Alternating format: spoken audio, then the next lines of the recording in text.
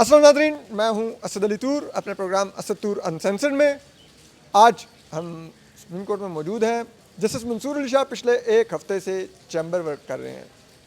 अगला एक हफ़्ता भी उनका चैम्बर वर्क का ही इरादा है।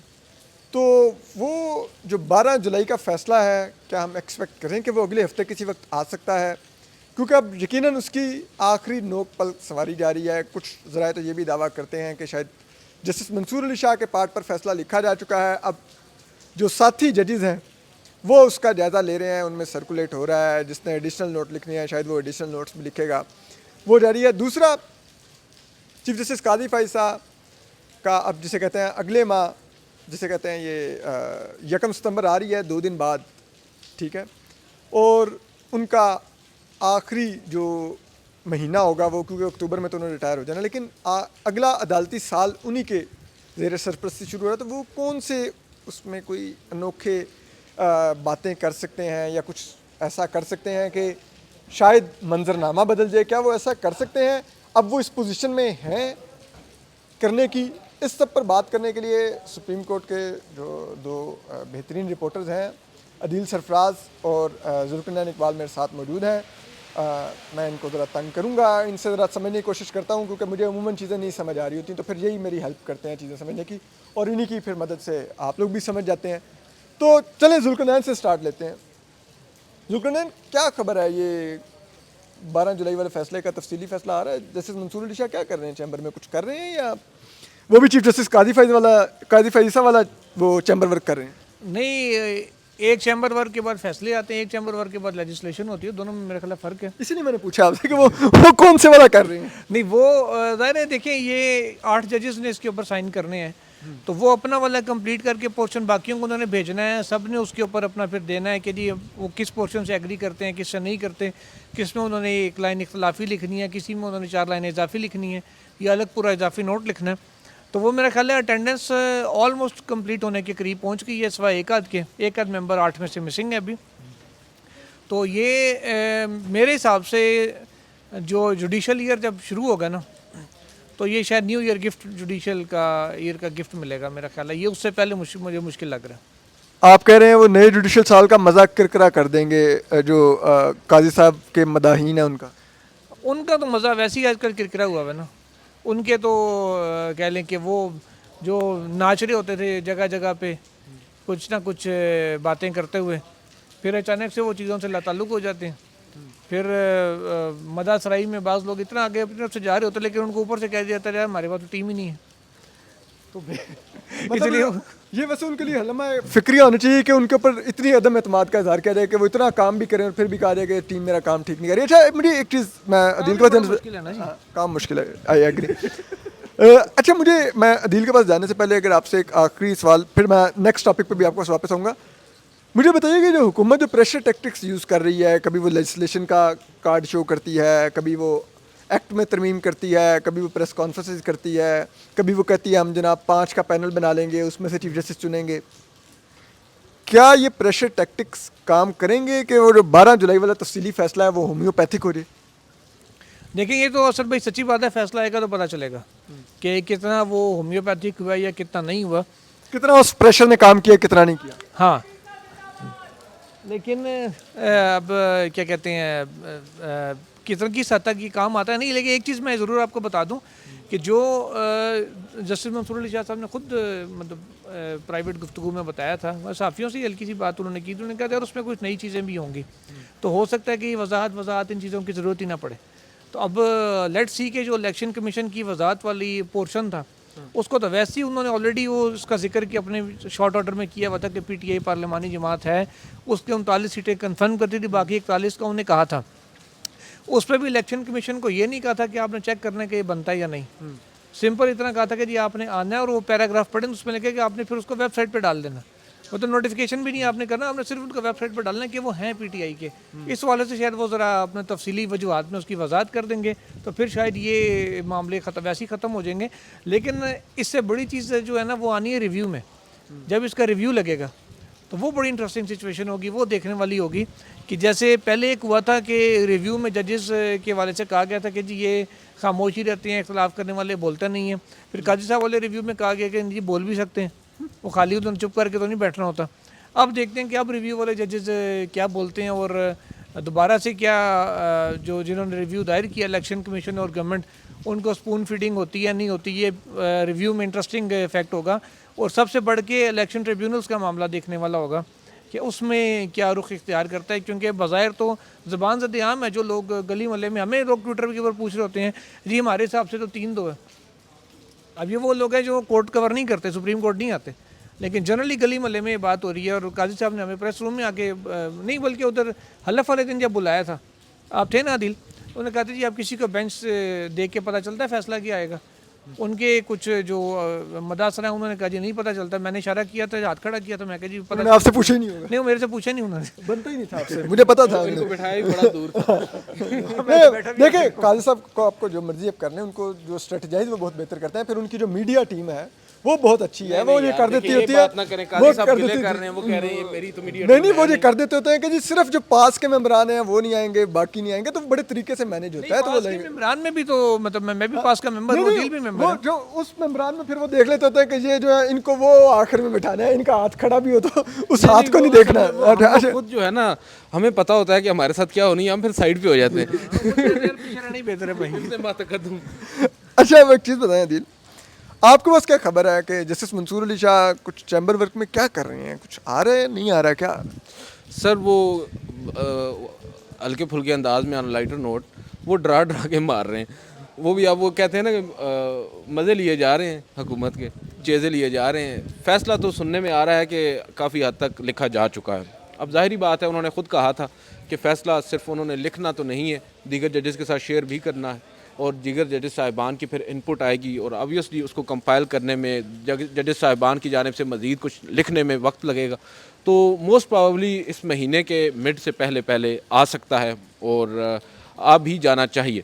मगर साथ साथ दूसरी जानिब हम देख रहे हैं इस फैसले में जो ताख़ीर गैर मामूली तौर पर हो रही है। मैं इसको ताख़ीर इस वजह से कहूँगा क्योंकि माजी में हमने देखा है 6-6 माह तक भी कई मुकदमात हैं। ऑरेंज लाइन ट्रेन का जुल्कनैन साहब अग्री करेंगे, फ़ैसला बहुत देर से आया था। इसी तरह बहुत सारे 4-5 माह स्टे चला था, 6 माह गालबन वो रहा था।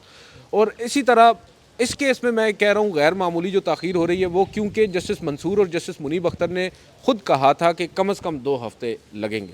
अब कम से कम 2 हफ़्ते तो ज़्यादा से ज़्यादा 1 महीना होना चाहिए, तो 1 महीने से ज़्यादा वक्त हो चुका है। तो नज़र यही आ रहा है कि पॉलिटिक्स जो है ना वो दोनों तरफ से हो रही है। मादरत के साथ आग जो है वो दोनों तरफ बराबर लगी है और नर्व्स की गेम है।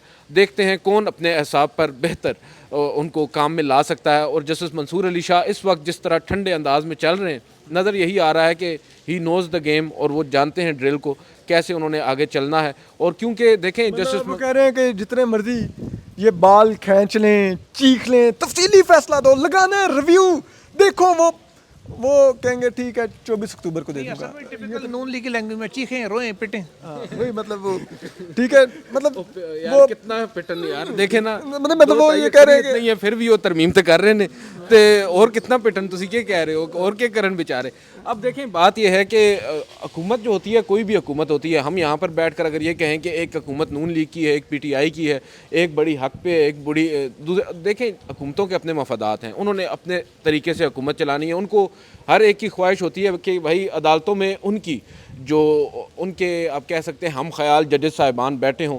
जब काजी फ़ाइज़ ईसा साहब चीफ जस्टिस नहीं थे और हमने उनको एक अलग ही मेराज पर बिठा रखा था, उस वक्त जो हुकूमत थी तब भी नहीं बिठाया था, आप दोनों थे उस ग्रुप में शामिल। अब आप लोग अपना अजाला करें, कफारे अदा करें। नहीं, मुझे कोई उस दौर के ऊपर कोई रिग्रेट नहीं है। नहीं देखें उस वक्त जो हो रहा था वो तो उस तनाजुर में हम देख रहे थे ना। हमें तो ये है कि अब जब वो एक मनसब पर आकर बैठ चुके हैं तो हम कह रहे थे कि शायद he will make a difference, but वो नहीं चले जो भी है।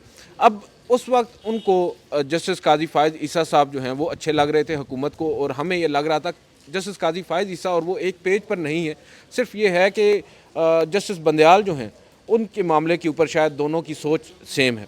बहरहाल कानून साजी होती रही और उस वक्त लोग डॉट्स कनेक्ट करते रहे। हम उससे अग्री नहीं करते थे कि एक जानिब चीफ जस्टिस काजी फ़ाइज़ ईसा साहब एक ऑर्डर देते हैं 184(3) से मुतालिक, दूसरी जानिब प्रैक्टिस एंड प्रोसीजर कानून बन जाता है। लेकिन अब आप पीछे मुड़कर देखें तो सब सीक्वेंस में नज़र आती हैं चीज़ें। उस वक्त हुकूमत ने जस्टिस उमर अता बंदयाल साहब का रास्ता रोकने के लिए आपने देखा किस हद तक वो गए, supreme court practice and procedure कानून बनाया, और अब काजी फायज ईसा साहब को इंटैक्ट रखने के लिए सुनने में आ रहा है कि उसी प्रैक्टिस एंड प्रोसीजर एक्ट को वही हुकूमत जो है वो कर दे, रिपील कर दे। तो ये चीज़ें देखें, हुकूमतों की तो ख्वाहिश होती है। यहाँ पर सवाल है अदलिया का। अब अदलिया के पास मैं समझता हूँ 6 जजेस के ख़त के बाद एक बड़ा सुनहरी मौका था। देखें माजी में जो इन्होंने किया है हमें भी मालूम है, आपको भी मालूम है, और कोई भी दूध का धुला तो है नहीं माजरत के साथ, ठीक है। चाहे वो कोई भी चीफ जस्टिस गुजरे हों, चाहे वो कोई भी जज हों, कभी किसी ने भर्ती करवाया होता है, किसी ने किसी को एलिवेट करवाया होता है, कोई सीनियरिटी के असूल को नज़रअंदाज करके आया होता है, कई किसी के हक़ में फ़ैसले करके जज बन जाते हैं। बात यह है कि अब आपके पास एक मौका था कि अपने हाउस को इन ऑर्डर कर लें, आपने वो मौका भी गंवा दिया। देखें काजी फायज ईसा साहब, इससे बड़ा मौका किसी जज की ज़िंदगी में नहीं आया कि सर को तकरीबन 4 माह हो गए हैं, 3 या 4 माह हो गए। और मैं आपको इस पे बता दूं कि बहुत से लोग कह रहे हैं कि वो जस्टिस मुसर्रत अली साहिबा की अदम दस्तयाबी के बायस मुकर्रर नहीं हो रहा। मैंने खुद जस्टिस मंसूर अली शाह साहब से पूछा था, क्योंकि वो उस कमेटी में शामिल हैं। मैंने कहा था कि सर इंतज़ार किया जा रहा है जस्टिस मुसर्रत अली साहिबा के वापसी का, क्योंकि वो नहीं है, इसी वजह से शायद, क्योंकि वो 7 रुकनी लार्जर बेंच जो अब गालिबन 6 रुकनी बेंच है उसका हिस्सा है। तो उन्होंने कहा था कि देखें ये भी वजह है, लेकिन ये इतनी बड़ी वजह नहीं है।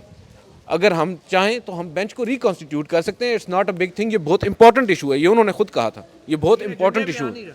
पता नहीं क्यों नहीं आ रहा, ये नहीं आएगा इंशाल्लाह नहीं आएगा। देखें, अच्छा बात सुनो, क्योंकि एजेंडा बेस्ड काम तो सुप्रीम कोर्ट नहीं करती ना। नहीं इंशाल्लाह नहीं आएगा, इंशाल्लाह नहीं आएगा। मतलब रिव्यू फिक्स कराने का एजेंडा हो सकता है और ये नहीं वो हो जहाँ पे डांडे जाते हैं ना जजेस को हरास करने के, तो कभी नहीं आएगा। अच्छा मुझे ये बताएं, अदील से फराज, मैं फिर आता हूँ वापस जुल्फ़िकार के पास, कि ये जो जिस किस्म की आंखें दिखाई जा रही हैं, कभी लेजिस्लेशन के ज़रिए, कभी प्रेस कॉन्फ्रेंसेस के ज़रिए, कभी अंदर से डिसेंटिंग नोट्स जिस किस्म के आ रहे हैं, ठीक है, अंदर से, हाँ मतलब अंदर से ही आ रहे हैं ना, वो जो देखो वो नहीं, जो कई मदाहीन अपने यूट्यूब का थंबनेल बना रहे, देखो कौन आया, अमीनुद्दीन खान आया और नईम अख्तर खान आया। तो वो वाले जो थंबनेल वाले जो यूट्यूबर हैं जिनका इलेक्शन लड़ रहे थे, वो जलसे में आए थे। हाँ पता नहीं, वो ही जानते होंगे।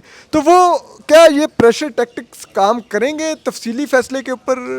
क्या उसको ये होम्योपैथिक कर देंगे? सर देखें, ये सवाल ना जब ये नोट्स आ रहे थे उस वक्त पूछा गया था, तो उस वक्त हम कह रहे थे कि देखें ये तो वक्त बताएगा, लेकिन वक्त ने बता दिया है कि उन्होंने कोई काम नहीं किया। अगर काम किया होता तो फैसला हफ्ता 2 हफ्ते पहले आ चुका होता। काम किया होता तो जस्टिस अतर मिनल्ला की जानिब से कम एक आध हल्की आंच पे नोट आ चुका होता। मगर अब मैं बड़ा हैरान हूँ कि जस्टिस अतर मिनल्ला साहब अभी तक खामोश हैं। जस्टिस काजी फायज ईसा साहब के उस डायरेक्ट नोट के बाद, जब उन्होंने उनसे एक आप कह सकते हैं तनकीदी खत लिखा, एक तनकीदी अपने फैसले में जिक्र किया कि फैसला ताख़ीर से उन्होंने तहरीर किया। वैसे वो पाकिस्तान की तारीख का वाहिद केस है जिसमें एक मेंबर से 2 मेंबरान ने इख्तलाफ किया है, लेकिन फैसला फिर भी एक वाले का बरकरार है। अच्छा एक चीज़ आप जिक्र कर रहे थे। अच्छा मैं मेरिट पर इख्तिलाफ नहीं है। 3 नुकरी बेंच में 2 मेंबर का खिलाफी नोट है, ये बात मेरी समझ से बाहर है। यार देखिए, मैं आपको समझाता हूँ। पाकिस्तान अल्हम्दुलिल्लाह हम कलमा गो लोग हैं। 97% मेजॉरिटी इस मुल्क में मुसलमानों की है। कलमे के नाम पे ये मुल्क बना है। यहाँ पर मुआवजे होते हैं, आप इनको मुआवजों में लिया करें, ठीक है। ऑरेंज लाइन ट्रेन की बात हुई थी ना पहले, मैं एक उसकी चीज़ जो इंटरेस्टिंग आपको बताना चाह रहा हूँ। उस वक्त गर्मियों की छुट्टियाँ चल रही थी, तो मकबूल बाकर साहब का बेंच था, साथ उनके पता नहीं कौन जज थे, मुझे अब याद नहीं है। जैसे जाजुल हसन थे, जैसे अजमत सईद शेख थे, वो तो ओवरऑल थे ना, जब रिजर्व उस वक्त रिजर्व हुई थी जजमेंट। जैसे इस हफ्ते में एक आधा बेंच है ना, वैसे ही एक बेंच उनका था। अब मंडे या ट्यूसडे था, मैं और इमरान वसीम थे कोर्ट में। हम कहीं यार पूरा हफ्ता कोई केस नहीं, सिविल नोयत के अजीब से केस लगे हैं, ना हो गया जाली चेक बाउंस होने का लगा, वो हमारी खबर तो नहीं बननी। मैंने और इमरान वसीम ने कहा यार बाकर साहब के पास चलते हैं। तो उस वक्त उनसे पहले हम कभी चैम्बर में मिले नहीं हुए थे, तो स्टाफ के जरिए रब्ता किया। साकिब निसार के तो बहुत करीब थे इमरान वसीम और शायद मैं भी था, बिल्कुल था, इसमें कोई तो आपने उनसे गिला करना था, बेंच तो वो बना रहे थे। नहीं। अब जो जज ही वहाँ पे 2 अवेलेबल थे, तो बाकी को क्या करते? दूसरे शहर में बेंच लगे हुए थे, तो वहाँ तो हम जा नहीं सकते थे, हमने तो अपने थाने की दूध में देखना ना। अच्छा, तो बाकर साहब से हमने रब्ता किया, बाकर साहब के पास चले गए। उन्होंने मेहरबानी उनकी, उन्होंने बुला लिया कि यार चलो कोई आया है, पता नहीं कौन है। फिर हम गए तो उन्होंने कहा अच्छा हम गए तो शक्लों से वो हमें जानते थे, नामों से नहीं पहचानते थे, सच्ची जो बात है। फिर हम क्योंकि पहली बार उनसे उस तरह मिलने जा रहे थे, तो वहाँ गए बैठे, तो हमने कहा सर बात तो बड़ी अजीब सी है, लेकिन मजबूरी है, हमने भी काम करना, दाल दलिया चलना होता है। कहते जी बताएं क्या हुआ। वो समझे पता नहीं हम क्या उनसे डिमांड करें। हमने कहा सर वो केस आपके पास छोटे छोटे से लगे हुए हैं, कोई रिमार्क्स मुर्क्स 2-4 जुमले दे देना, हमारी खबर बन जाए करेगी।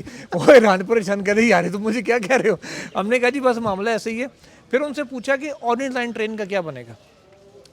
मैंने वैसे एक फिलर छोड़ा, मैंने कहा जी हमें तो ये इतला मिली है कि आप इस वजह से मुखालफत कर रहे हैं कि कराची में नहीं है तो पंजाब में क्यों बन रही है।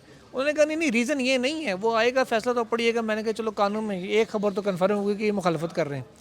उन्होंने फिर मुझे वो ढेर दिखाया फाइलों का, कैबिनेट खोल के दिखाई, भरी हुई फाइलें अंदर पेपर बुक्स पड़ी हुई थी। उन्होंने कहा यार एक तो हेयरिंग फ्रूटफुल नहीं है, इतना लंबे डॉक्यूमेंट्स हैं, इतना डाटा है, तो लिखने में मुझे जो है ना अभी तक जो है ना मुझे अभी भी लगता है 1 महीना लग जाएगा।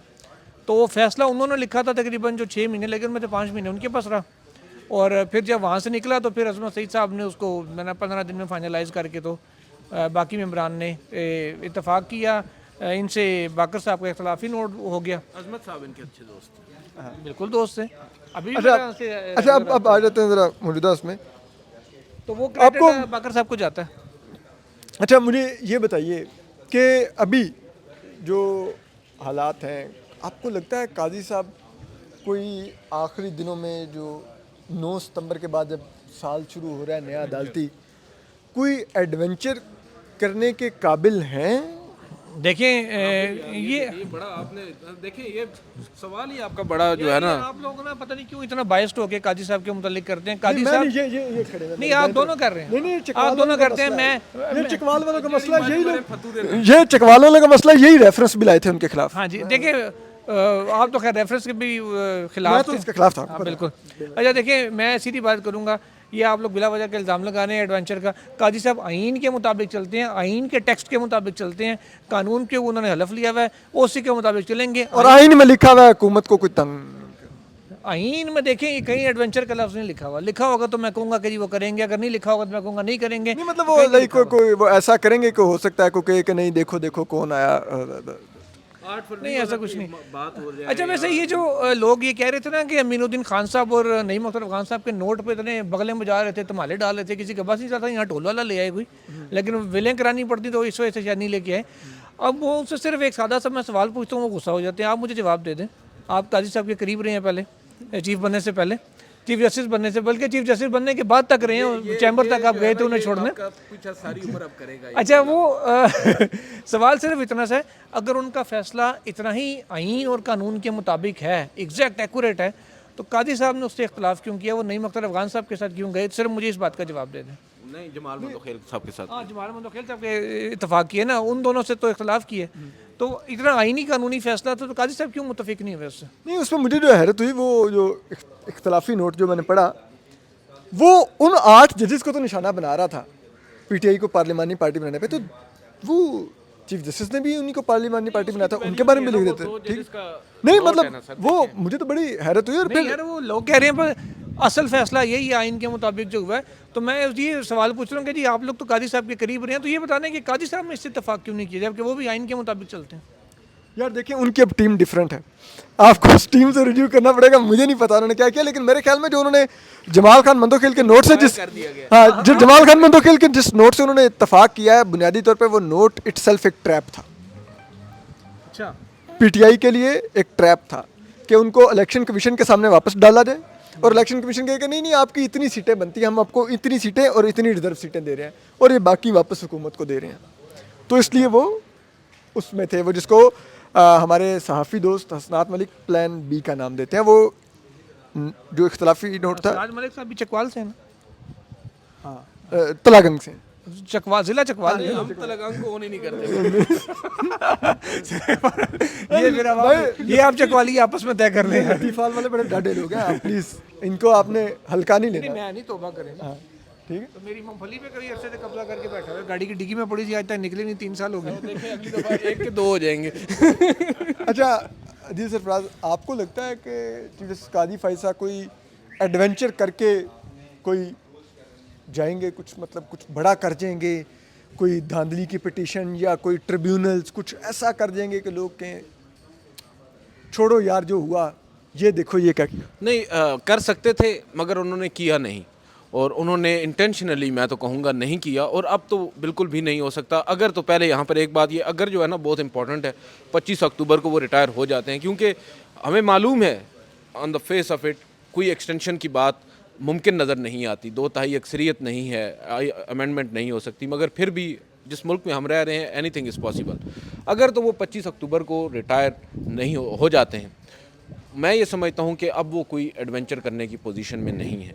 पहली बात तो ये है कि अब जो बेंचेस की कंपोजिशन है, एक तो उसमें उनको मुश्किलात का सामना करना पड़ सकता है, और दूसरा क्योंकि वो मुश्किलात तो हम देख रहे हैं 2 दफ़ा उनके साथ हो चुकी हैं, और दूसरा ये है कि अब जस्टिस काजी फ़ाइज़ ईसा साहब जो हैं वो क्या कुछ कर सकते हैं। मैं इसको adventure in favour of Pakistan Tehreek Insaf नहीं कहूँगा, अगर कुछ हुआ भी तो वो अगेंस्ट ही पाकिस्तान तहरीक इंसाफ होगा। अगर अब आकर उन्होंने ऐसा कुछ किया, तो भी आपने ख़ुद थोड़ी देर पहले कहा था कि जो आज चंद लोग उनकी हक़ में बात कर भी रहे हैं, तो शायद रिटायरमेंट के बाद काजी फ़ाइज़ ईसा साहब के पास वो भी नहीं होंगे जो उनके हक़ में कोई बात कर सकेंगे। तो ये शायद उनको भी मालूम है, इस हद तक वो अपनी लेगेसी जो है वो बचाना चाहेंगे कि भाई जेड़े हैं ने वो ते नाल रहवन। मतलब वो अपने मदाहिन को रिटायरमेंट के बाद भी साथ रखना चाहेंगे। तो आपने देख लिया लाइक जो असल बात है कि जस्टिस मंसूर अली शाह के ऊपर अभी तक प्रेशर काम नहीं कर रहा, ठीक है। असल तो आपको क्लैरिटी तो पता चलेगा ना हाँ, असल क्लैरिटी आपको मिलेगी वही बिल्कुल जुल्फ़िकार वाली बात कि जब तफसीली फ़ैसला हमारे हाथ में आएगा कि वो प्रेशर कितना काम किया। इस हद तक तो नहीं काम कर रहा कि फ़ैसला दो और वो दे दें, वो फ़ैसला लेके बैठे हुए हैं अभी तक, ठीक है। बाहर चीखो पुकार जारी है, ठीक है, और वो उस चीखो पुकार को शायद वो उनके लिए अब म्यूज़िक टू द ईयर्स बन गया कि वो उसको एंजॉय कर रहे हैं और फ़ैसला नहीं दे रहे। अब जब वो फ़ैसला देंगे, अब देखते हैं कि वो फ़ैसला उस प्रेशर के अंडर होगा या वो उस प्रेशर को भी, जिसे कहते हैं ना, किसी उन्होंने नहीं खातिर में लाए होंगे। अपना ख्याल रखिए। अल्लाह हाफिज़।